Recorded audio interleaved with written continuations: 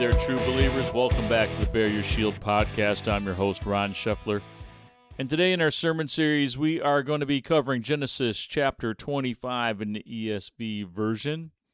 Be reading into two different sections here and talking about each one.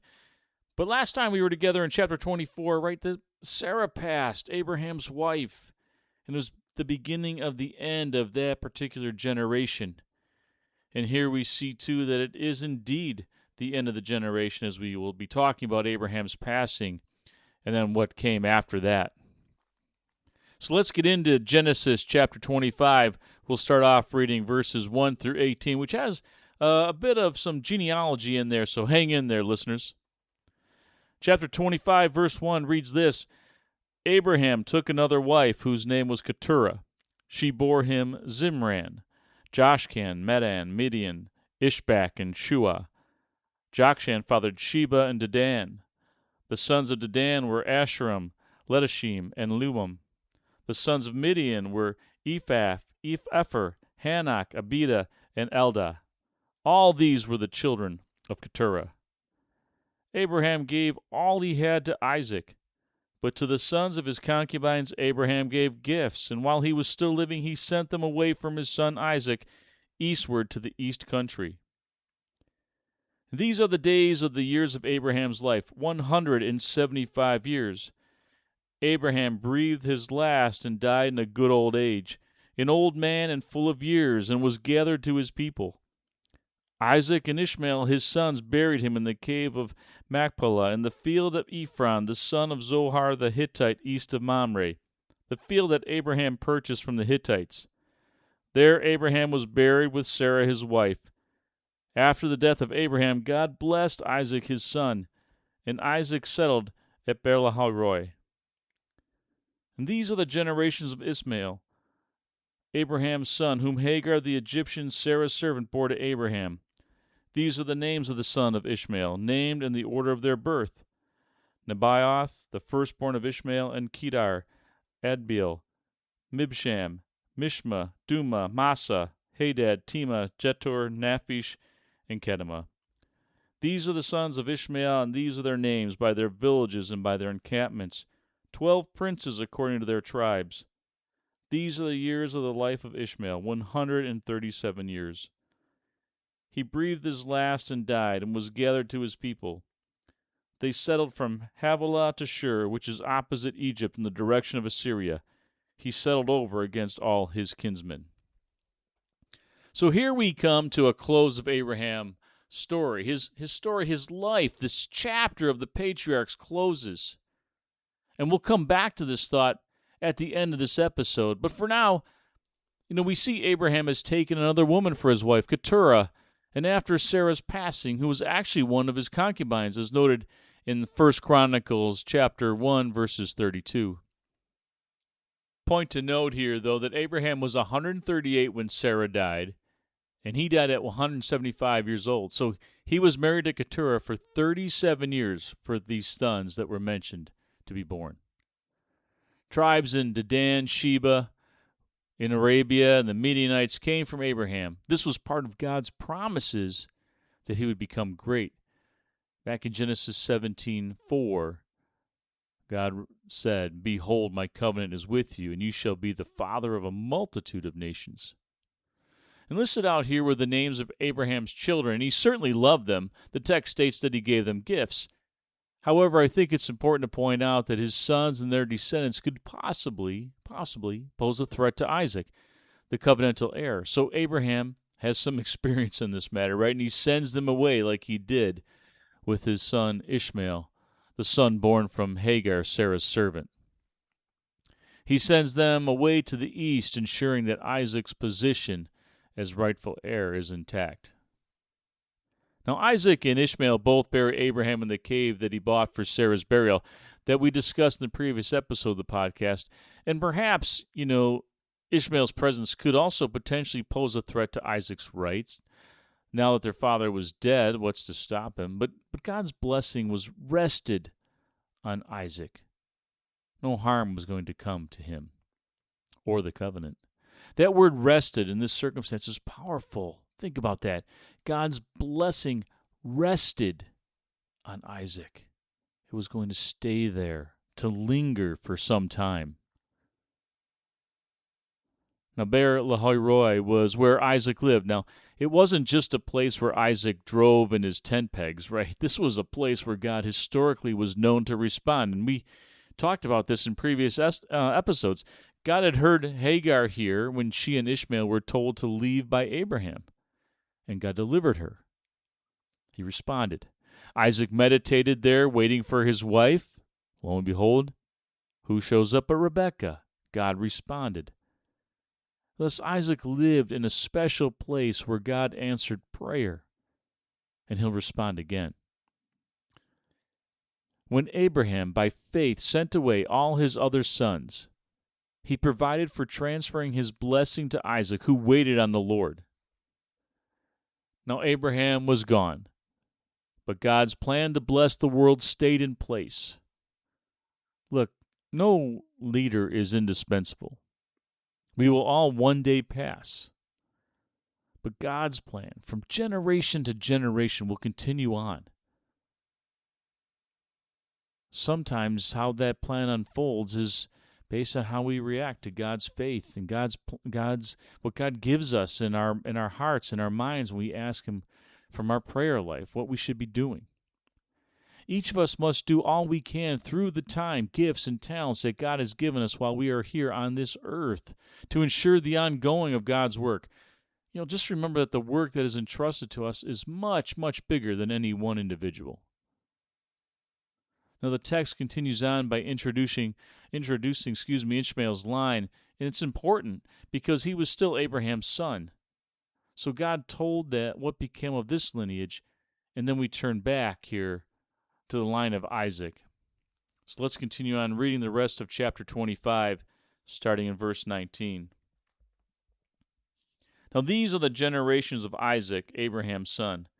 Abraham fathered Isaac, and Isaac was 40 years old when he took Rebekah, the daughter of Bethuel the Aramean of Paddan Aram, the sister of Laban the Aramean, to be his wife. And Isaac prayed to the Lord for his wife because she was barren. And the Lord granted his prayer, and Rebekah his wife conceived.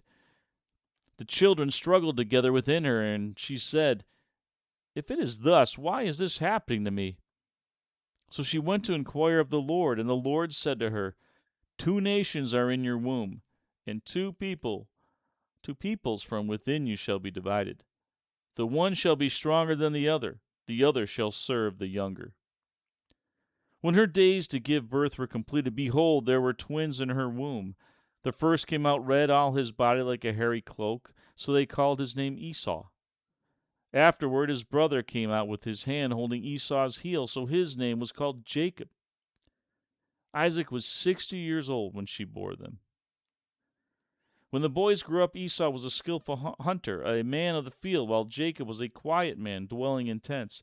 Isaac loved Esau because he ate of his game, but Rebekah loved Jacob. Verse 29, Once when Jacob was cooking stew, Esau came in from the field, and he was exhausted. And Esau said to Jacob, "Let me eat some of that red stew, for I am exhausted." Therefore his name was called Edom. Jacob said, "So sell me your birthright now." Esau said, "I'm about to die. Of what use is a birthright to me?" Jacob said, "Swear to me now." So he swore to him and sold his birthright to Jacob. Then Jacob gave Esau bread and lentil stew, and he ate and drank and rose and went his way. Thus Esau despised his birthright. Now we learn here that, like Sarah, Rebekah, Isaac's wife, is also barren.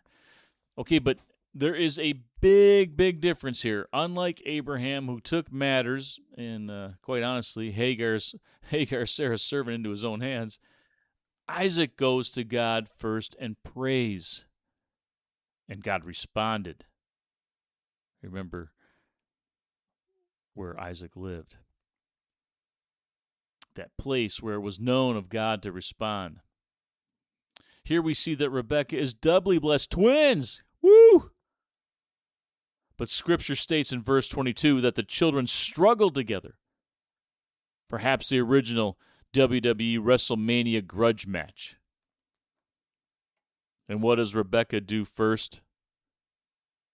What we all should do. in a time of trouble or strife, even in a time of blessing. Go and ask God for advice first. Go and ask Him for help. Whatever it is, the key is to ask God first. And what does He do? God spells out the plan. 2 nations, indeed, one nation from Jacob, the Israelites, the other nation from Esau, the Edomites. They would fight continuously, as we will learn soon in the future here, in future episodes. But now Jacob comes out grasping Esau's heel, like he's trying to pull him back into the ring for one more round. God's fulfillment of His promise to Abraham was carried out through Isaac and now through His election of Jacob, whose name would later become Israel. Now there is a bit different here, as the younger child was chosen over the elder child. Not the typical natural order of things in this earth, which also showcases that God's way are not man's way. You know, sadly, we see an issue here with both brothers. So let's take a look at Esau first. One, he was overcome by a physical appetite. He stated he was exhausted. And then he's whining about it, right? I'm exhausted. I'm going to die. Who cares about this birthright? He doesn't care about what really matters. You know, secondly, Esau's so baseline. He's so matter-of-fact that in Hebrews 12, verse 16, he's described as unholy. Esau's a skillful hunter. But in this circumstance, he is unsuccessful. He's out of the open country, so to speak, a wild man. He's a skillful hunter, but not this time. He's certainly emotional, caring little for the spiritual things and caring more for his own physical comfort. He really did do whatever was necessary to get what he wanted, something to soothe his physical appetites. What a shame. The skillful hunter suddenly became caught in a trap himself, as we take a look at his brother now, Jacob. The heel grabber, right? He finally overtakes his brother and gets the birthright. Now, while Jacob was not righteous in this instant, he certainly was very open with the proposition to Esau, which showed his salesman cunningness, if you will. And he's described that he hung around the tent more, so probably would have heard his mother talk of the words that God spoke to her regarding her twins, the oracle, if you will. So there was a good chance that he was prepared, and he was waiting for a good moment to take advantage of a situation over his brother. Jacob knew the value of the birthright. He craved something, just like his brother did. But Esau craved after the wrong thing. Jacob craved after the appropriate thing. You know, Jacob still had much to learn yet, and we'll be tracking his journey shortly. But for now, I want to end this episode kind of where we began. The closing of a chapter, the closing of a life story, Abraham's story. To some extent, it's over, at least on this earth. But how will our story end? Will people discuss among each other the friendship that you had with them?